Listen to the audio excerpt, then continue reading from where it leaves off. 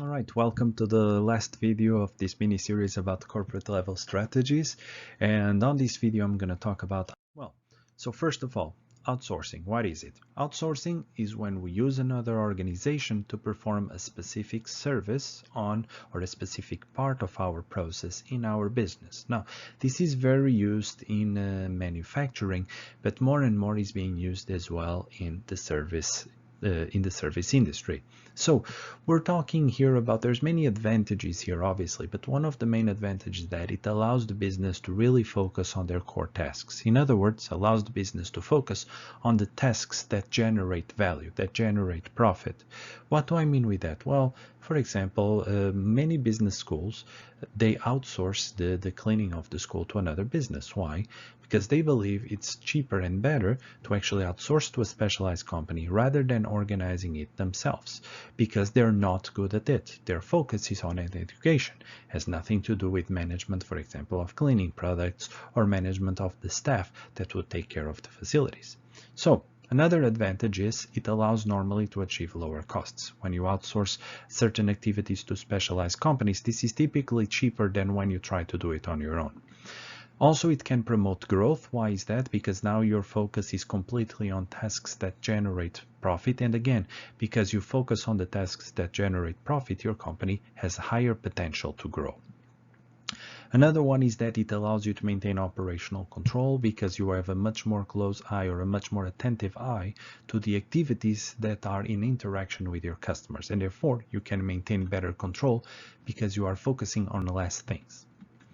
It can also offer more staffing flexibility on the sense that since you have more control over the operations you have, it allows you to manage your staff as well in a more clear or in a more efficient manner.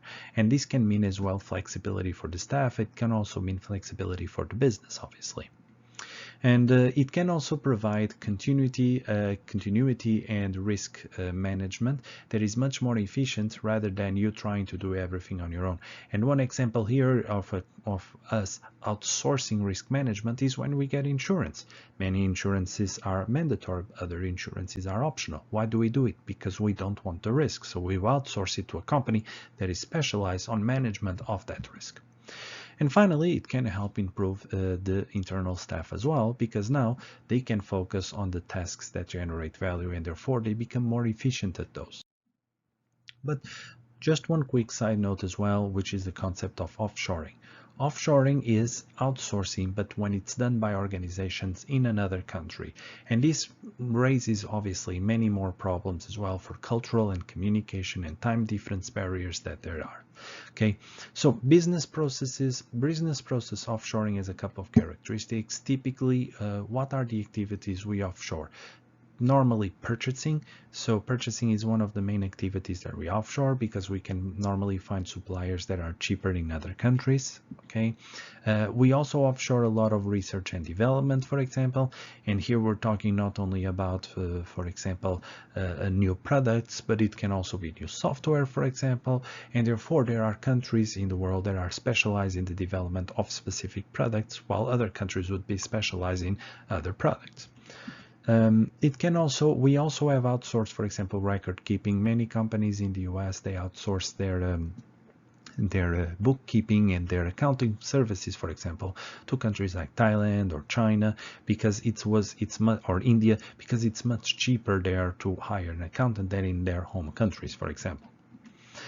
Also information management, and we all know, for example, India is huge in terms of this, in terms of IT services and in terms of information management. They're quite good, and they build a very big industry just on the offshoring that companies do in this matter.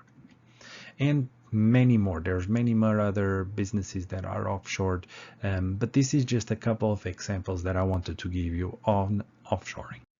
So specifically, let's now talk about purchasing activities. Now, these type of activities incorporate many tasks. So what exactly is being outsourced when we outsource purchasing? For example, we're talking about activities like identifying and evaluating vendors, selecting products, placing orders, resolve any issues after receipt of goods or services.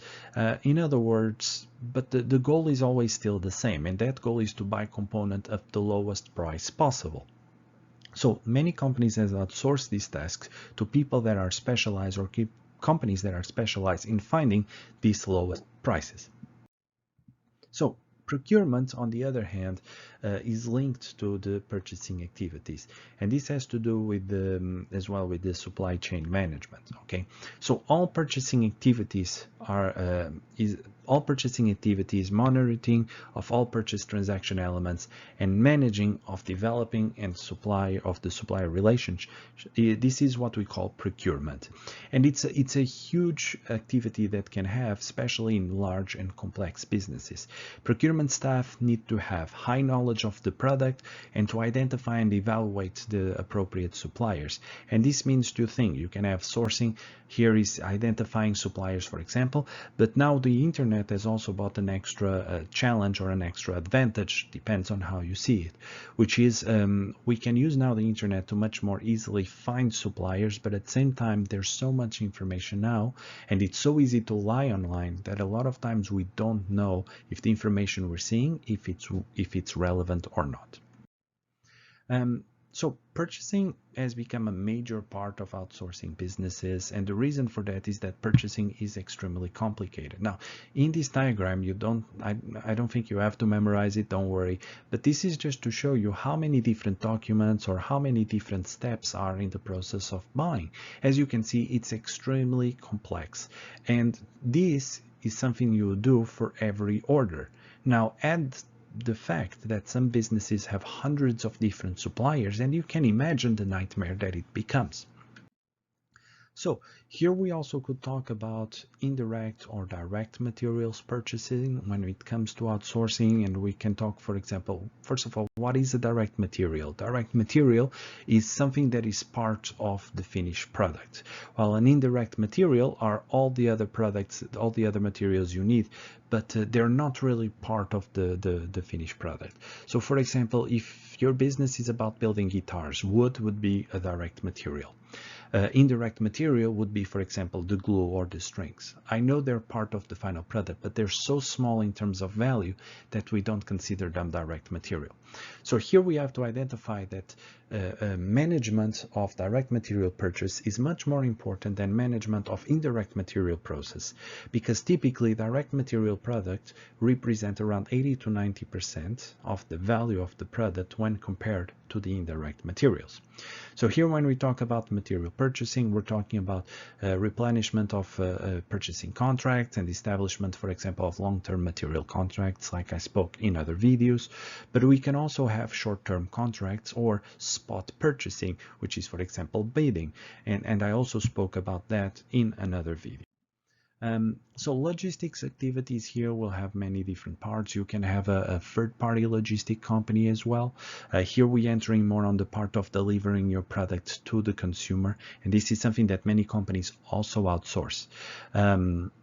And typically here you hire a company specialized in delivery, obviously, but you should not always outsource logistics. In my opinion, the big question you have to ask yourself is there added value when you deliver the product to the customer yourself? Is there? For example, it makes sense that Amazon uses a different company, for example, to deliver products, because there's no real value on Amazon itself delivering the products. But if you're talking, for example, about flour delivery, then it makes much more sense that the company itself takes care of that step, because it would be a very important step on the creation of value with the customer, the person that actually delivers the flours. So other activities that we typically outsource, we call them business process support activities. So there's three major departments that businesses tend to outsource. Okay, and the top three departments that businesses outsource are human resource management, finance and administration, and that includes accounting, and technological development. So there's many things here that can be outsourced. On the slide you have now is a couple of different ideas of things that could be, but take this top three with a pinch of salt, because it would always depend on the type of business you have.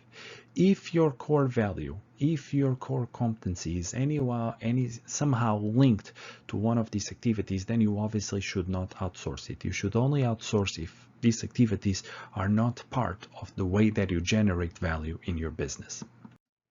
All right, and that's it for this video. I hope you enjoyed. Let me know if you have any questions regarding this mini-series, if you have any ideas on how to improve my videos or topics you would like me to also develop in the future. Leave a comment on the section below. All right, meantime, I'll see you on the next video. Thank you very much.